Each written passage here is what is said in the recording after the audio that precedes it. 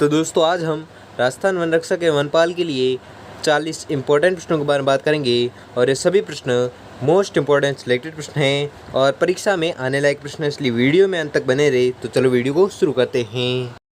तो आपका पहला सवाल है कि राजस्थान के ज़िले जहाँ से कर्क रेखा गुजरती हैं वो दो ज़िले कौन से हैं? तो आपको याद रखना है, वह ज़िले है बांसवाड़ा और डूंगरपुर। ठीक है, बांसवाड़ा और डूंगरपुर वह ज़िले हैं जहाँ से कर्क रेखा गुजरती हैं। और ये प्रश्न सेकंड ग्रेड व्याख्याता परीक्षा 2010 तथा राजस्थान पुलिस कांस्टेबल 2010 में आया हुआ है, इसलिए वेरी मोस्ट इंपॉर्टेंट क्वेश्चन है कि राजस्थान के दो ज़िले कौन से हैं जहाँ से कर्क रेखा गुजरती है? तो आपको याद रखना है बांसवाड़ा और डूंगरपुर। अगला सवाल है कि अरावली पर्वत श्रृंखला की दूसरी सबसे ऊंची चोटी कौन सी है? तो आपको याद रखना है वह चोटी है शेर। ठीक है, शेर चोटी है जो अरावली पर्वत श्रृंखला की दूसरी सबसे ऊंची चोटी मानी जाती है। ठीक है, तो मैं नीचे बताता हूँ कहाँ पर आंसर। हाँ, ये रहा। ठीक है, शेर चोटी है जो अरावली पर्वत श्रृंखला की दूसरी सबसे ऊंची चोटी मानी जाती है और ये राजस्थान पुलिस कांस्टेबल परीक्षा 2013 तथा रीट लेवल सेकंड परीक्षा 2011 में आया हुआ है प्रश्न। ठीक है, सभी प्रश्न बहुत ही महत्वपूर्ण प्रश्न है, इसलिए वीडियो को आप जरा भी स्किप न करें। ठीक है, और इसकी ऊंचाई की बात करें तो ऊंचाई है 1597 किलोमीटर। ठीक है, किसकी? शेर चोटी की। अगला सवाल है कि उदयनाथ पर्वत राजस्थान के किस ज़िले में स्थित है? तो आपको याद रखना है यह स्थित है अलवर ज़िले में। ठीक है, अलवर ज़िले में कौन सा पर्वत स्थित है? तो आपको याद रखना है उदयनाथ पर्वत स्थित है कहाँ पर? अलवर ज़िले में। और ये आया हुआ है प्रश्न का राजस्थान पुलिस कांस्टेबल परीक्षा 2013 में आया हुआ है। ठीक है, अगला सवाल है कि थार मरुस्थल का विस्तार किन राज्यों तक हुआ है? तो आपको याद रखना है यह हुआ है राजस्थान, पंजाब, गुजरात, हरियाणा, इन 4 ज़िलों से थार मरुस्थल का विस्तार हुआ है। तो दोस्तों यह भी आया हुआ है राजस्थान पुलिस कांस्टेबल परीक्षा 2013 में प्रश्न पूछा गया था। ठीक है, अगला सवाल है कि अरावली पर्वतमाला दक्षिण पश्चिम में राजस्थान के किस जिले से प्रारंभ होकर उत्तर पूर्व जाती हैं? तो आपको याद रखना है यह जाती हैं सिरोही तक। ठीक है, किस ज़िले की ओर जाती है? तो किस ज़िले से होकर उत्तर पूर्व जाती है? तो यह सिरोही ज़िले से होकर प्रारंभ होकर उत्तर पूर्व जाती हैं। कौन सी पर्वतमाला? तो आपको याद रखना है अरावली पर्वतमाला। ये भी प्रीवियस एग्जाम में पूछा गया था।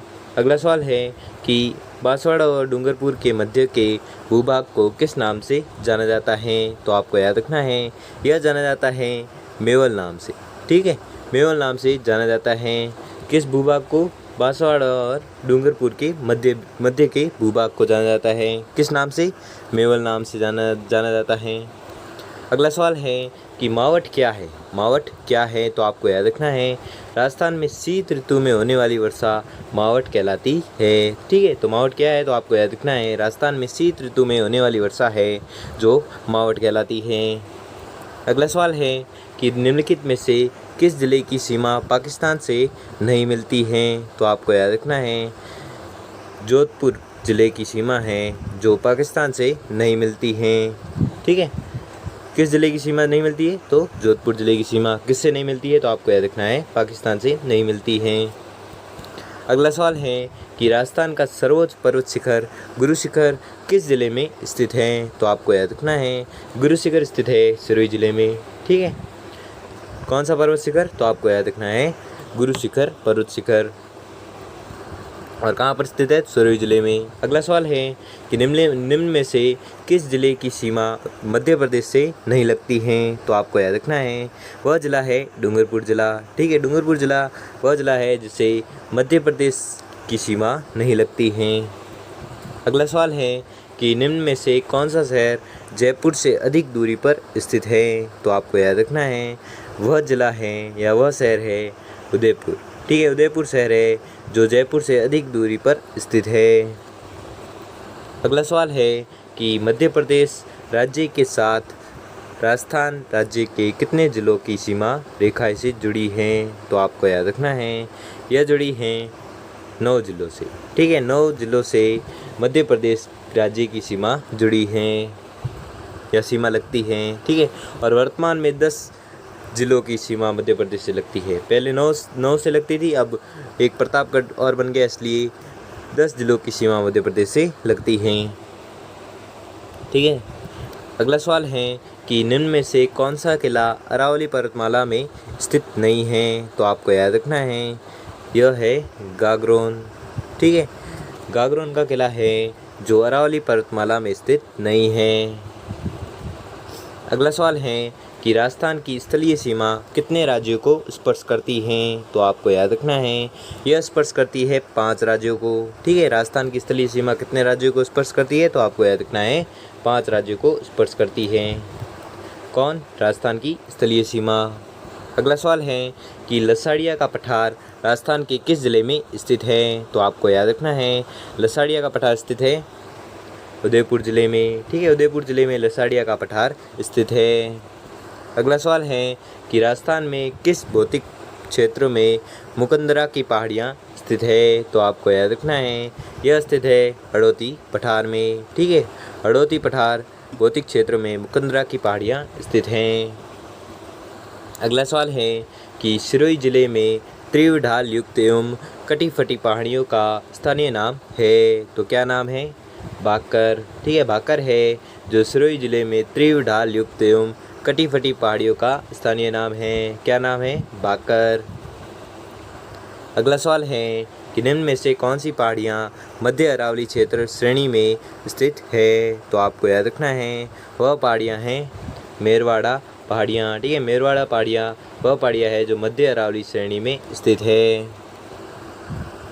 अगला सवाल है कि बोराट पठार जिसके मध्य स्थित है वह है? तो वह है कुंभलगढ़ एवं गोगुंदा। ठीक है, कुंभलगढ़ एवं गोगुंदा के मध्य बोराट का पठार स्थित है। कौन सा पठार? बोराट का पठार। और कहाँ पर स्थित है? कुंभलगढ़ एवं गोगुंदा के मध्य। अगला सवाल है कि पश्चिम राजस्थान में पश्चिमी रेतीला मैदान की पूर्वी सीमा निम्न में से कौन सी समवर्षा रेखा बनाती है? तो आपको याद रखना है यह बनाती है 40 सेंटीमीटर समवर्षा रेखा। ठीक है, तो क्या प्रश्न है कि पश्चिमी राजस्थान में पश्चिमी रेतीला मैदान की पूर्वी सीमा निम्न में से 40 समवर्षा रेखा बनाती हैं। 40 सेंटीमीटर समवर्षा रेखा बनाती हैं और वर्तमान में यह है 50 है। ठीक है, 50 सेमी समवर्षा रेखा है।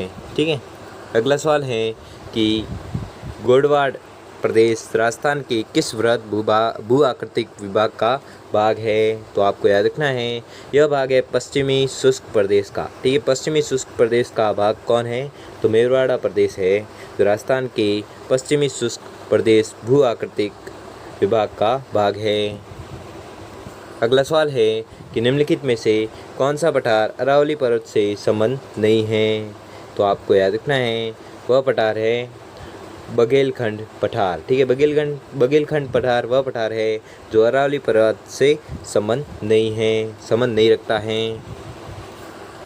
अगला सवाल है कि 23.5 डिग्री उत्तरी अक्षांश तथा 70 डिग्री पूर्वी देशांतर रेखाएं राजस्थान के निम्नलिखित में से क्रमशः किन जिलों से होकर गुजरती हैं? तो आपको याद रखना है यह गुजरती हैं बांसवाड़ा व जैसलमेर से। ठीक है, बांसवाड़ा व जैसलमेर से कौन सी देशांतर रेखाएं या अक्षांश रेखाएं गुजरती है? तो 23.5 डिग्री उत्तरी अक्षांश है जो बांसवाड़ा से गुजरती है और 70 डिग्री पूर्वी देशांतर रेखाएं हैं जो जैसलमेर से गुजरती हैं। अगला सवाल है कि राजस्थान में वृहद सीमांत भ्रंश फैला है के सहारे? तो किसके सहारे फैला है? तो आपको याद रखना है उदयपुर की पहाड़ियों के सहारे। ठीक है, उदयपुर की पहाड़ियों के सहारे राजस्थान में वृहद सीमांत भ्रंश फैला है। अगला सवाल है और यह अंतिम सवाल है कि राजस्थान की पाकिस्तान के साथ अंतर्राष्ट्रीय सीमा की कुल लंबाई है? तो कितनी है?